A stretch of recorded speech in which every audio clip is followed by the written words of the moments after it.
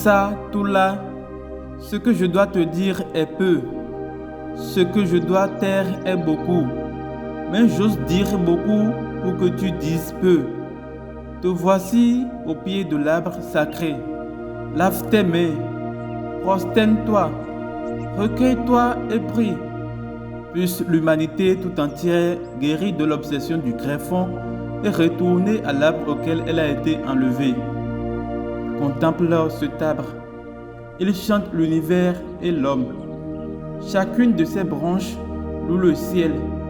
Il rend inconnu aussi touffu que son feuillage. Les fruits de cet arbre tracent les voies sublimes de la science suprême. Ils produisent l'ignorance quand on les mange seul. Mon fils, il est temps que tu apprécies le tableau de gloire de tes ancêtres. Le Babalao, ce squelette que tu vois sous l'arbre, leur a permis de vaincre le sort et la nature.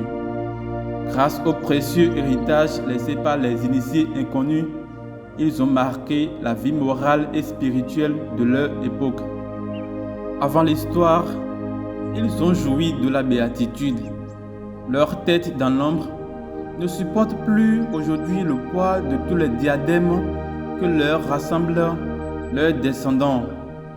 Le Babalao te livrera bientôt le secret de son génie. N'est-il pas désormais mis à ton service par procuration divine? Ce qu'il te dira te permettra de combler les vides, d'interpréter le silence, d'apprendre à évoquer l'ami des sages. Le Babalao te chantera les paroles dites par les créateurs depuis le commencement jusqu'au jour de la gloire de l'homme. L'activité du Babalao, telle une voie de sagesse ouverte entre le ciel et la terre, entre l'univers et l'homme, se déploiera comme les ailes d'un oiseau bienveillant et formera en toi des pensées nobles et éternelles.